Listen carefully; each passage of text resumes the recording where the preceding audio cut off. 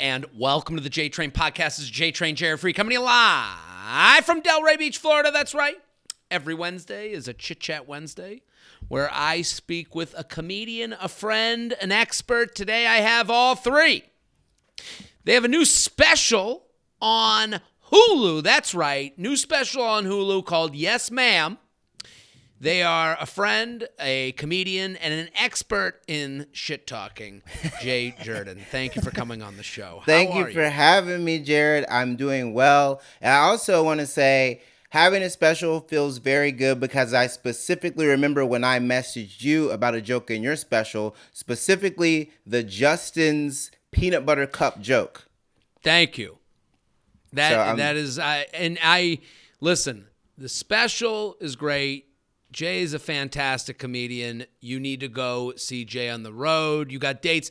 Give the dates now. Let's get all the plugs out of the way. Okay. Well, first of all, people need to go watch the special because not only is it funny, but I would say joke dense. Yeah. You are firing. It's a machine gun.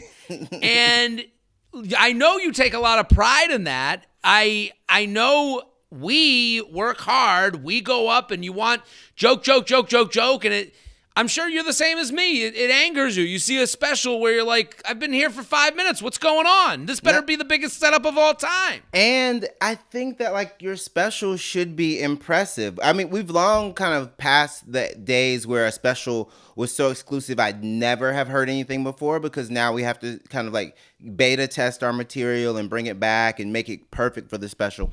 But I should be impressed. I think a special shouldn't be a formality. It should be an honor. It should be something to celebrate. It should be a culmination. For me, it was kind of a send-off and a celebration of these jokes I've been working on for close to 3 years. So I was happy packaging all of these things and making sure that people got all of these jokes. They got to hear the dirty versions of the jokes they'd only seen on the Tonight Show. They got to see the beginnings of jokes that were finally finished in the Don't Tell set. They got to see tweets that became tiny front-facing videos that became jokes eventually. I love what you're saying. It is this is a progressive way to look at it because you have to be, because I have a lot of insecurities as far as and I like what you said about the beta testing, when we do a front-facing camera or a shit talk, and then you're like, that could be a bit, that's actually a respect to stand-up, to be like, this is not the same as this. Yeah, and on stage. It can get there, but if I want you to pay money to see me, if I want you to pay a subscription price to watch it, I do want it to be polished. There's a respect and a reverence I have for the people who go to work, come home from work, and decide they want to go watch us work with the money they made from work. It's something about my mom was a teacher, blue collar upbringing, loved theater. I never want someone to feel like they were scammed. I hate that sometimes now comedy is like, ooh, look at how much money I tricked these people into giving me, instead of look at this artistry and this performance and this kind of really, really masterful thing that is worth this patronage. It's my biggest pet peeve. Well, I love what you're saying, because if you watch, if you go follow Jay Jurden on Threads, you're going to get a different show. Threads, sponsoring the New York Comedy Festival. Shout out Threads.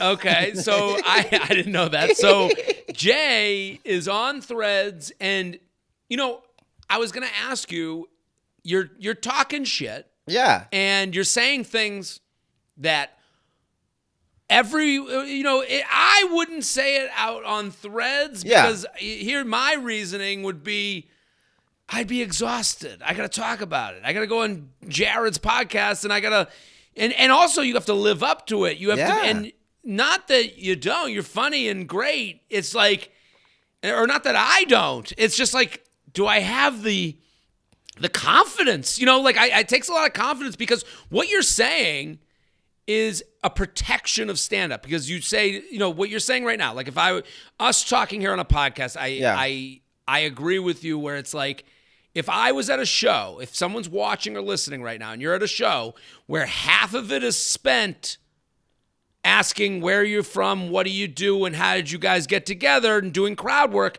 You are now at a commercial taping to try and make that comedian money for their next show. Exactly. So that's kind of crazy, and I'm sure you've said similar things. So when we call it out here, that is us saying, first of all, that won't happen at our shows. Yeah. And second of all, we don't want to make you feel badly about the ticket you're purchasing, because sometimes some people go, I just want to be in the room with the person I see on TikTok, which I totally understand too. So I'm not trying to shame someone for being at that show. But if you're there with a friend who doesn't know the show, there's a screw job that's been done. Yeah, to me, there's just I jokingly said this, but I also think it's somewhat true. I think after a certain amount of interaction, if you like really milk your kind of interaction with the crowd member, if you do like, you know what, I'll give people, once it reaches the threshold of past 10 minutes, I feel like you got to pay them something. You got to cover their drinks. You got to pay for the Uber. You guys, because you're going to make money from the YouTube clip, and they don't know that when they're sitting there. You know what I mean? So that they did you a favor. They, listen, I was at a show, a woman's phone rang in the middle of the show. I pick up the phone. To me, they invited that by having a phone that was on and going against the rules. If I saw some woman's phone on their table and I said, give me that phone, and I just started dialing their daughter, like, okay, they're now all on the cast and crew. This is a different thing. Even if it's not money, I think as a performer, you better take them aside after the show, give them free merch. You better take every picture with them, because they're kind of making a big chunk of whatever you're advertising now.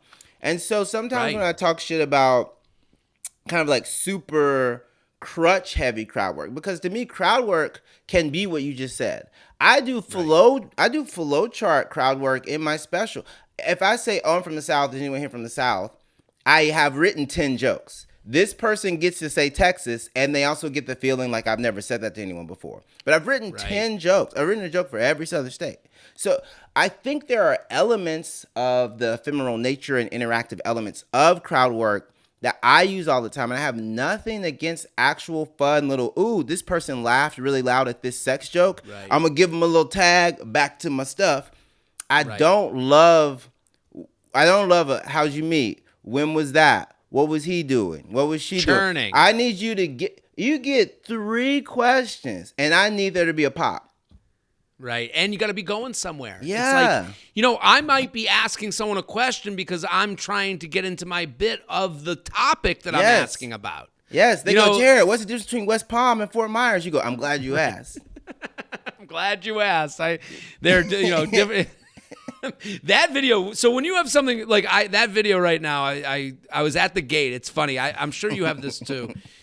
I'm in the airport, and I was talking to a friend. I was with a friend at the airport, and they were like, they kind of saw my face, like all of a sudden, like they saw my eyes light up, and all of a sudden, and then they're like, what? And I go, the gate for Fort Myers is right across from the gate for West Palm Beach, and they're like, who cares? And I'm like, this is a joke. This is a setup to a joke. This is Jews to the right, Catholics to the left. This is, and I was like, and that's the fun of being a comedian. You're like, the puzzle pieces fit. There it is. You gave me this today. The black-white equivalent would be a flight to Memphis being next to a flight to Nashville. You'd be like, well, look at us. Very funny. We're going this way. Right. So are you, the special's out. We want everyone to go watch it. Yeah. Hulu, make it a night on the couch, make it a date night, you're going to laugh. You're going to laugh every 10 seconds. Yes, ma'am. It is on Hulu. You're on the road. You have a whole new hour on the road. Yes. I was lucky because this special took a while to kind of figure out where it was going to go. And so like I did it, and I had like basically an hour 30, and I'd be like rotating certain sections. Cause like I kind of write in a modular style where I can go, this is the bucket. These are kind of the places that I put the jokes in there, and some of the connective tissue can't change, but a lot of it can. So I was like, I have this extra 30 in April.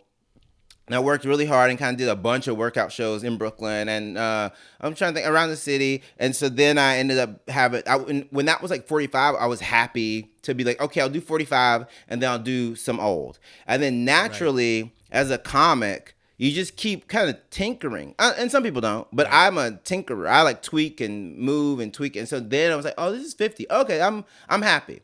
And then 50 with a great crowd, you go, that's actually 56. I'm good. Right. So that's how that happened. I know. But now I'm back on the road, kind of finish out the year, and then we're going to start off the year again. So it's been great. Everyone go see Jay on the road. This episode is brought to you by Prize Picks. You and I make decisions every day, but on Prize Picks, being right can get you paid. Don't miss any of the excitement this sports season on Prize Picks. Whether you're a football fan, a basketball fan, or both, it always feels good to be right. Just pick more or less on at least 2 player stat projections. It takes less than 60 seconds to turn your hot takes into cash. Want to pick more on the projected stats on a QB's pass yards, rush yards, and touchdowns? With Prize Picks stacks, you can pick the same player up to 3 times in the same lineup. Here's what I'll tell you right now. I love what Prize Picks is doing for you because it is a place that you can use to make the game a little bit more fun, to put your skin in the game. If you see a bar that is a Buffalo Bills bar, you can stack your picks with Josh Allen and have a great day at the bar with your new friends. I just think this is a great way. I have it on my phone. The app is like beautiful and nice, and I use it. I like it. I'm telling you right now, it changes how you watch the game, and it makes it more fun. So go check out Prize Picks. It even lets you follow other players directly on the app and copy their lineups in one click and in their all new feed tab. So you can play with people. So this is fun. I think it's a great way to get involved in the game. This is the season where sports are just on everywhere, and it's a social activity. Download the Prize Picks app today. Use code JTRAIN to get $50 in lineups after you play your first $5 lineup. That's code JTRAIN to get $50 in lineups after you play your first $5 lineup. Prize Picks, it's good to be right.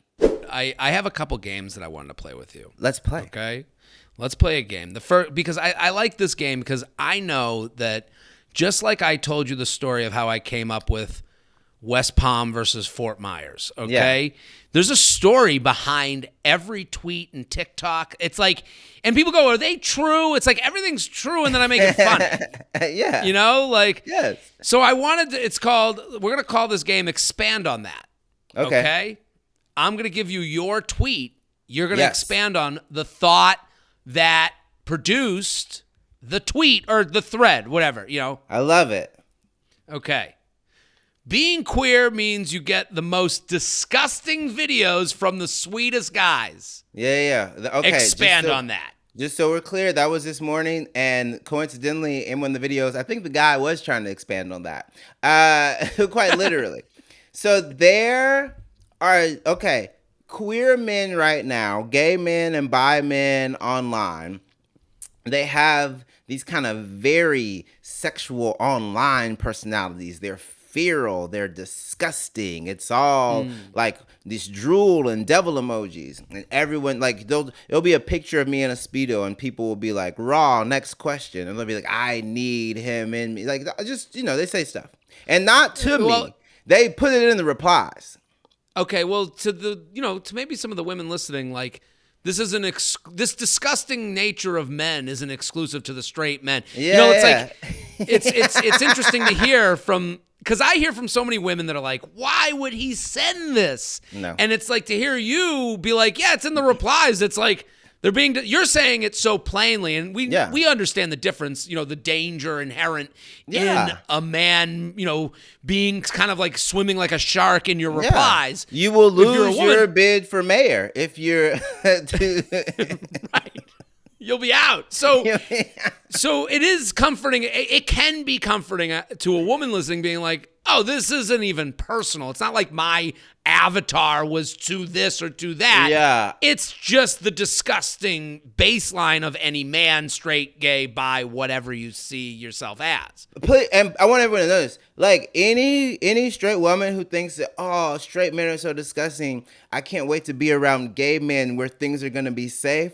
You are in for the rudest awakening. First, they are going to lock you out of the bar. Secondly, they are going to be even filthier because there's a tad bit more permission. So when a straight guy says something crazy under a straight woman's photo, everyone goes, what are you doing, man? What are you doing? What are you doing? You're crazy. What are you doing? When a gay guy says something crazy under a gay guy's photo, most of the time we go, is he cute? Hey, right. Creepy if not cute. Cool even if he's not cute. Even if he's not cute, we go, okay, is he ugly in a hot way? What are we working with? Right. What on the spectrum of hotness? Yeah, is this a Frankenstein's monster situation where it's grotesque, but it's 6'5"? Well, if women were as disgusting as men in that way, I would do the same thing. I'd be like, what am I dealing with? It's not like I think of like a lot of Jared men deal with women going, like honk honk. Right. I think of like men with women or men just with any whoever they're into. It's like an Iron Chef contestant. You're like, all right, what do we got here? What can I make out of this? You know, you get the mystery ingredient. You go, would I fuck it? You know. I didn't know I was gonna put sea urchins in this, but okay. Right. So there was some of the sweetest boys I know. Like, and I mean like sweet in the sense that like I baked. I made like a new challah. I'm working on a new braid for like truly some of the sweetest boys I know. People who do not let you leave their house without a gift. These people, every now and then, I'll like be on my phone. I'll be like, oh, that's a butt that I didn't ask for. You know what? Actually, thank you. I didn't know I needed this today. Can't believe Jay Cohen is sending you butt pictures. Hey, man. You said holla and gay man. Shout out Jay Cohen, friend of the pod. No, but funny enough, Jared, on Fire Island, when I went with Tova and Gianmarco, Jake was there. And it was funny for Gianmarco to be like the new bit of like Jewish eye candy on Fire Island. It was wild. You created two enemies. You know, they're opposite sides of the room. And then Jake started parading him around. And I was like, don't show these people an appetizer they can't eat. Like, come on, don't do that. Hilarious. They can't nibble on that. So on this tweet, if you're going to expand on that, being queer means you get the most disgusting videos from the sweetest guys. What video did you get? Was there one that made you tweet that? Oh, Feel free to share a description, but you don't have to out, anyone, protect the innocent. Okay, here. So because I've been doing a lot of promo for the special, a lot of clips have been going up. And so like some of the clips, when people say they like a clip, some people will be like, oh, I love this clip. Every now and then, a person who I haven't talked to in a while, they'll be like, oh, I'm so happy for you. I love this clip. Some people, as like a congratulations, have been sending, butts and boners. And so that's been butts for the and boners. Like, it's almost like greeting a king on their birthday. Like, here is my butt. And I give... what is sustenance to the, right, I present you with a boner as a congratulations on your big achievement. All the feudal lords come to me on my birthday, right. And they bring their best ass or their best dick. You know what's funny about that? When my special came out, I was like, I had this kind of, I curled up a little bit, expecting a blowback text from an ex. Wow. Not even because I was bad to the ex or because I said something about in the special, but because I was like, I'm on a platform and they're reminded of me. Yeah. And now it's like, well, fuck that guy on his best day. And it's weird. It's really...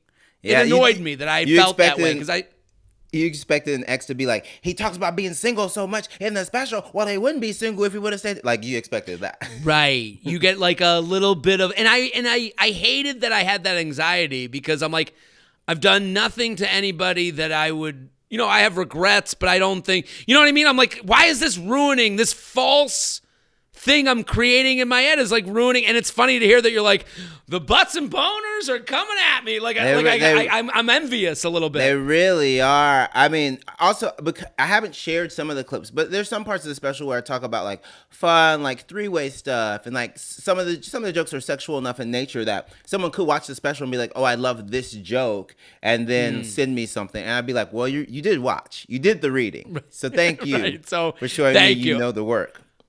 Okay, but ready? Bring them on. And also, I'll add, hey, girls, specifically girls, boys don't do it. If you like Jared's special on Netflix, and if you like the pot, send them some butt. Send them some a little boobs. butt. I'll take a piece of butt. Why not? Like a little. Okay, Scott Galloway, we need to talk. I think part of this male loneliness epidemic could be solved if people were having more innocent sexting, not harassment, but just a little, hey, you know. It wouldn't hurt. I got a meeting. It's been a rough week. Is there any way? The Scott Galloway stuff gets so. I was on another podcast, and like the Scott Galloway stuff gets so divisive right away, and I'm like, it does feel like he's coming from a good place, and like him and I would have a nice conversation, but then it gets thrown into this like, again, like I don't have the. You're out there being like, these comedians, they're doing stupid shit. And I'm like, power to you. I'm just a giant fucking wuss, Like no, I'm like, you're not a wuss. I think you live and exemplify your ideals, and you're kind of like your comedy is good, and it's good, and you present it as such. I think once my big argument, and this is because some people are like, oh, Jay, you dislike other comics. I love other comics. I shout out other comics. I love stand-up comedy. My big issue is sometimes people are bragging about monetary success, but I go, but you did scam these people, or you did kind of present shoddy work. Like if you were an architect, people would be worried about their house. Right. And you and I do know you and we love it. We love it.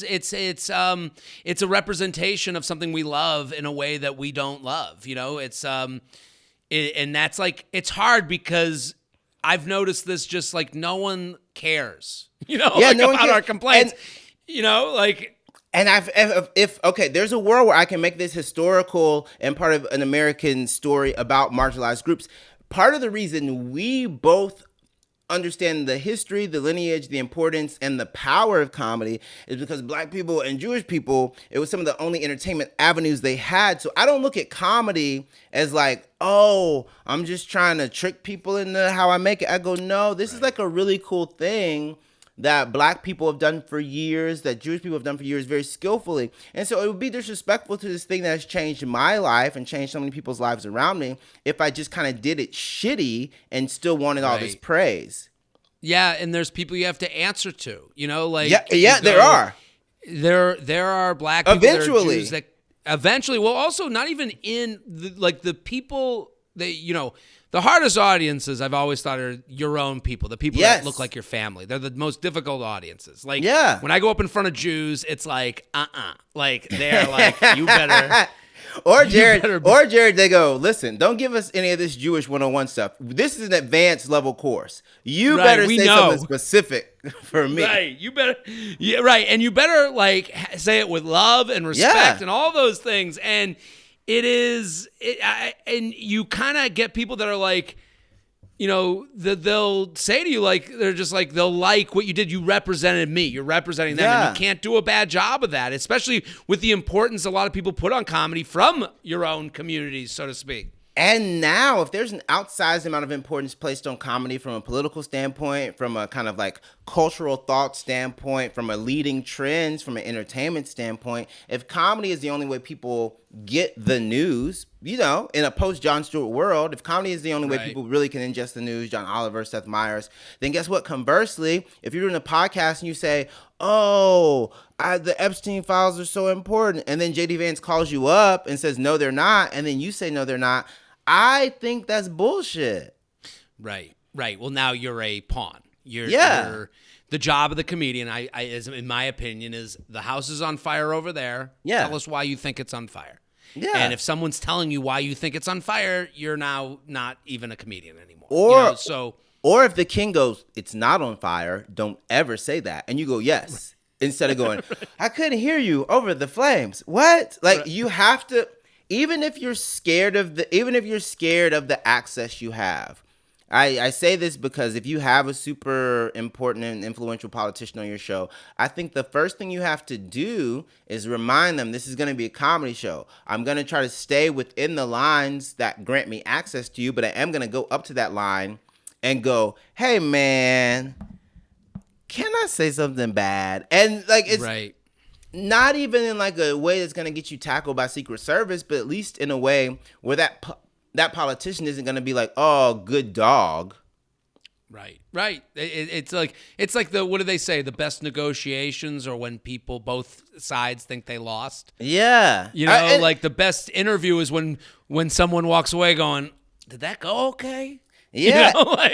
And even if you laugh with them, it shouldn't be a fawning laugh. I think it should be like ooh, you got me. Or, oh. Right. Okay, whoa. I can't answer who that. Brought it.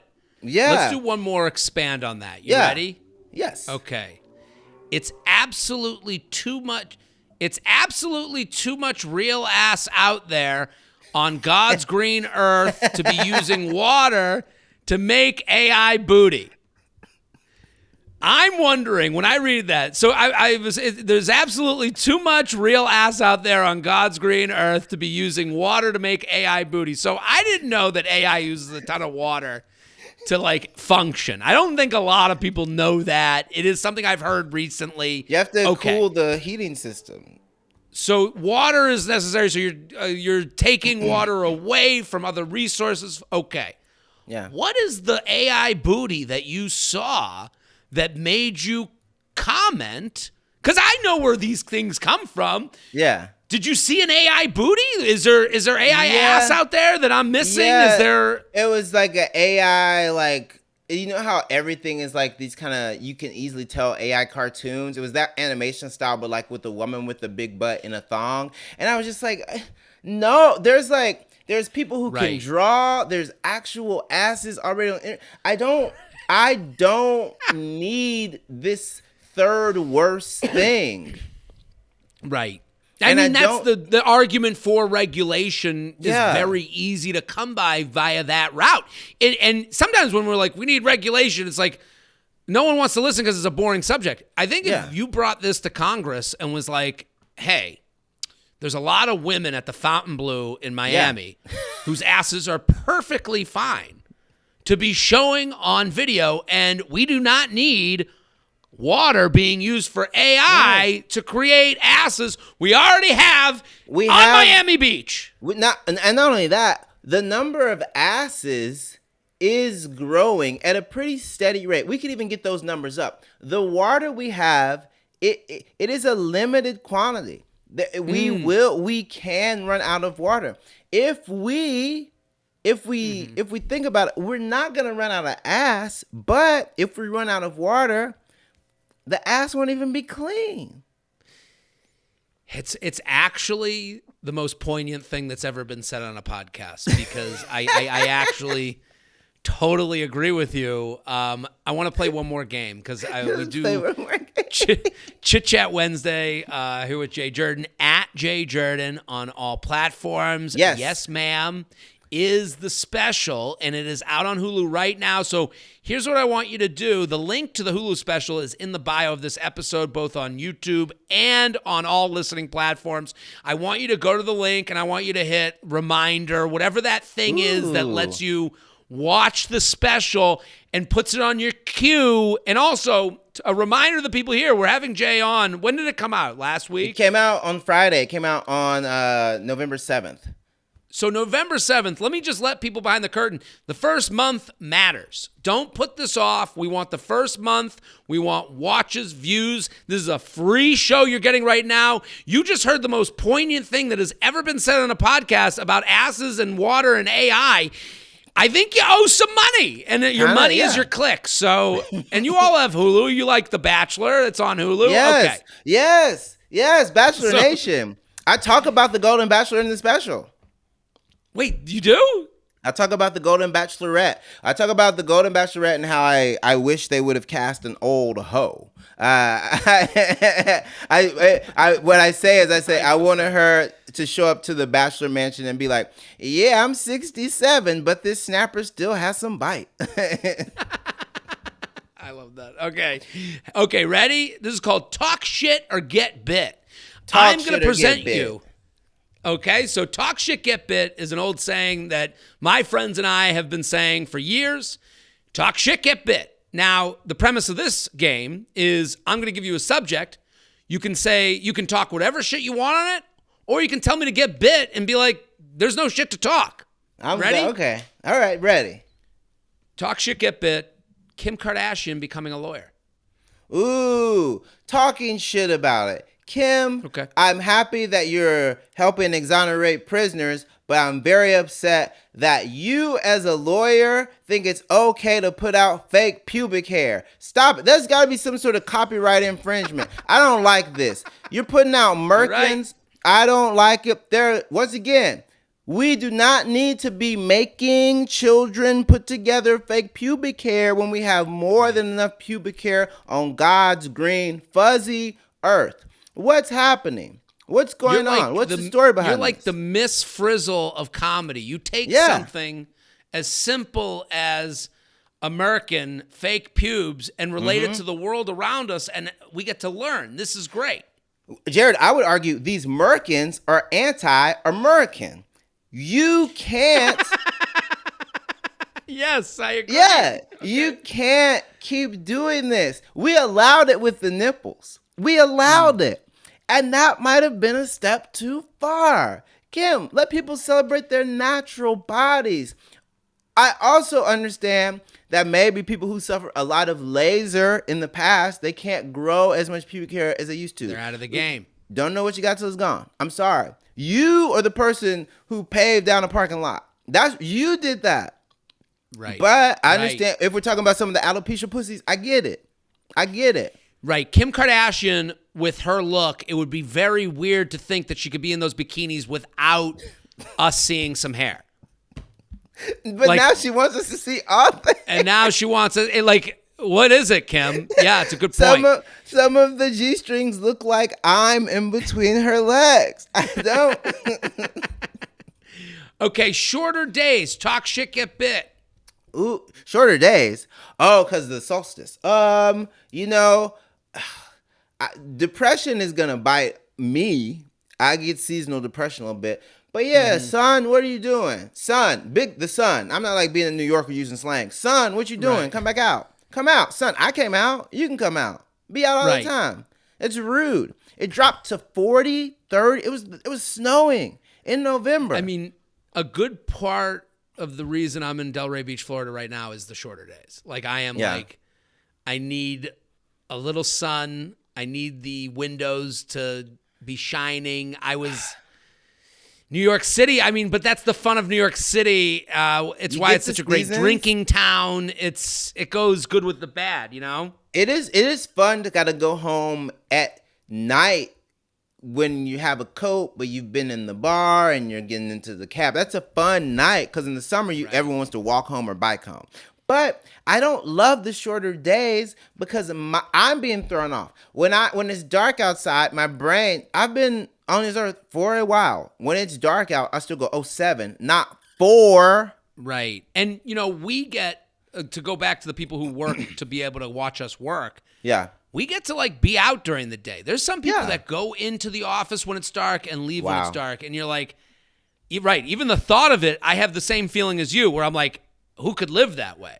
That's a pain. As comics, we actually get surprised there's always a shift on the opposite end. So in the spring, whenever whenever it starts to be more daylight, and then you'll have like a 7 o'clock show. You go, the sun's still out. The sun's still out at 7. Wait a minute. Oh my God, I can't waste this summer.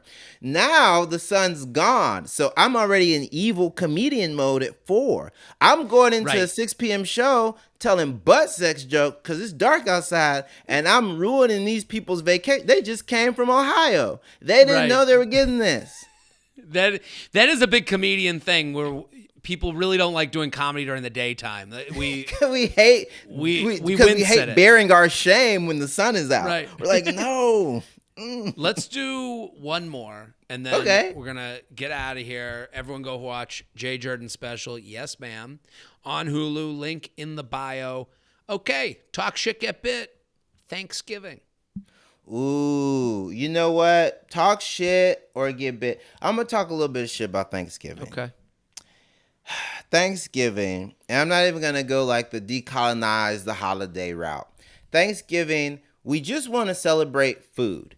It needs a brand change. Harvest, to me, because harvest is like, it's like a harvest meal. It's like there's no like indigenous stuff. But here's the other tough part about Thanksgiving.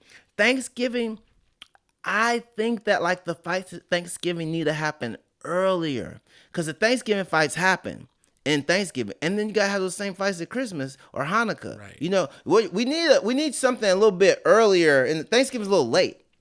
This is the beauty of being Jewish. We have 3 Thanksgivings. We have Rosh Hashanah, and then we have Yom Kippur. So they're like pre-Thanksgiving, and then we have Thanksgiving. So, you know, with those 3, those are 3 opportunities. And the reason I love Thanksgiving so much is that Rosh Hashanah and Yom Kippur happen in a suit. So I have to, those holidays are very jarring for me, because after a summer of eating and stretchy, bathing suits, I now have to get in a suit that I haven't worn since the last holiday season.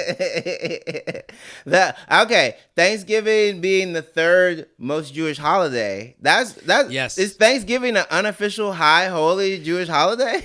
For me, it is. I mean, that's a 3rd opportunity to be yelled at about how I need to shave by my mom.